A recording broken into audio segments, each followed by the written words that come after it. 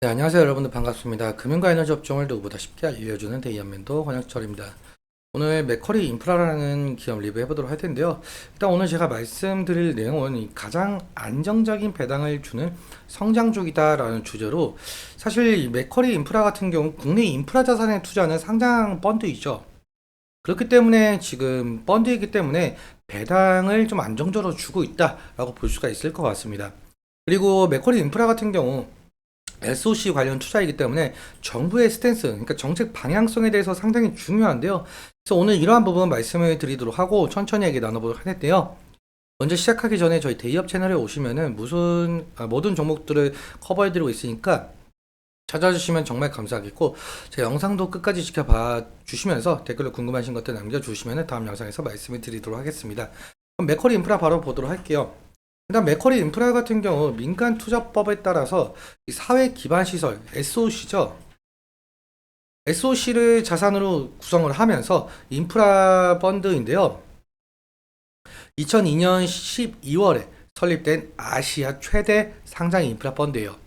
맥쿼리 인프라는 맥쿼리 자산 운용소에서 지금 운영을 하고 있는데, 이 차입금을 조달을 하고, 그리고 SOC 즉 도로나 공항, 터널 등 사회 간접 자본의 건설 및 개발 사업에 직접 투자를 하거나 아니면 관련 기업의 주식에 투자를 하고 그 수익을 주주들에게 배당하는 형식으로 돌려주는 펀드이죠. 예를 들어서 서울 춘천 고속도로에서 발생하는 이 차량 통행료에서 수익을 얻게 된다는 건데요. 지금 현재 이 맥쿼리 인프라가 투자한 곳의 실적도 함께 살펴보자면, 먼저 도로 같은 경우는 이 코로나19 시절로 인해서 사람들의 왕래가 없어가지고 실적이 저조했었는데, 2023년에는 코로나가 끝남으로써 회복세에 좀 젖어들은 바가 있었죠. 이는 인천국제공항 도속도로 전년 대비 증감 비율과 그리고 인천대교의 증감 비율을 좀 보시면 알 수 있을 것 같은데요. 결국엔 인천대교와 인천국제공항 고속도로의 전년 대비 증감률이 높아졌다는 것은 해외로 떠나는 관광객과 들어오는 관광객이 늘어났다라고 볼 수가 있겠죠. 그러니까 이 코로나가 끝난 지 얼마 되지 않은 시점의 증감률이기 때문에 앞으로의 활발한 왕래를 바탕으로 통행량이 더욱더 늘어날 가능성이 높아 보이면서 긍정적인 시그널로 볼 수가 있겠죠. 그리고 항만, 그리고 도로도 마찬가지인데, 여기서 단위가 TU잖아요. 이 TU 같은 거는 이 20피트 표준 컨테이너 크기를 나타내고 있어요. 그러니까 코로나가 끝맺음으로써 이제 세계 각국에서는 고립주의에서 이제 문을 염으로써 활발하게 무역이 좀 일어났다라는 뜻을 좀 알 수가 있죠. 그런데 사실 맥쿼리 인프라 같은 경우는 리스크가 존재하는데, 바로 현 투자 사업들의 운영 기간이 종료가 다가오고 있다는 점입니다. 이 운영 및 실시 협약 기간 같은 경우 맥쿼리 인프라에서 자본을 투입하여 인프라를 건설한 대가로 수익을 낼 수 있는 기간이라고 보시면 될 것 같은데요. 표를 보시면은 지금 현재 백양터널, 그리고 인천국제공항 고속도로, 인천대교를 보시면은 이제 얼마 끝나지 않는 시점으로 보이고 있죠.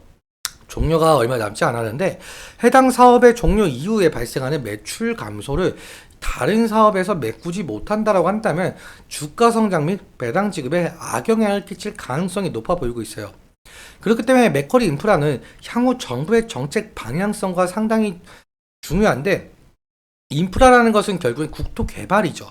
그래서 이 정부 및 지자체의 승인이 필요한데, 그렇기 때문에 올해 정책은 어떻게 되는지도 좀 살펴봐야 될 것 같습니다. 다음 자료를 보시면은 이 뉴스 기사인데, 현재 정부에서 경기 회복을 위해서 SOC 투자를 확대하고 민간 투자 사업 또한 조기 집행을 하기로 했었어요. 사실 물가 안정으로 인해서 금리를 올리는 것과 반대되는 좀 정책을 실행을 하고 있는데요. 이는 통화 정책과 재정 정책의 차이에서 발생을 하고 있습니다. 코로나 이후에 통화 정책, 즉 직접적으로 자금을 풀면서 시중에 돈의 양이 늘어나 금리 인상 정책을 통해 시중에 풀린 돈을 줄이려고 하는 것이고, SOC는 간접적으로 고용을 통한 소비 활동 촉진이에요.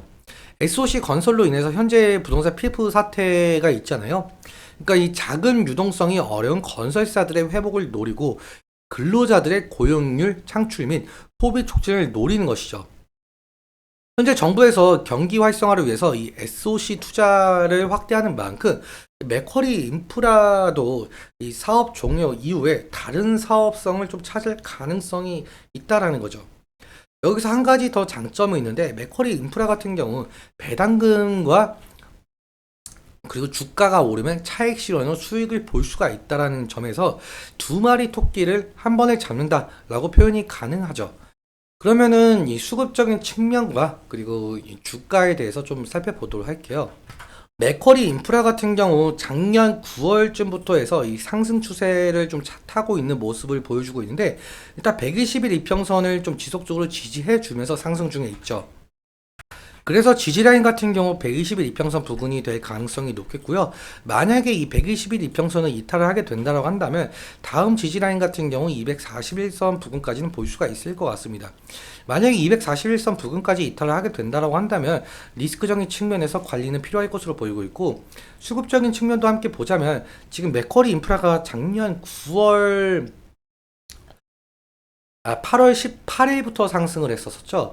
그렇기 때문에 8월 18일부터 좀 봐야 될 것 같은데요.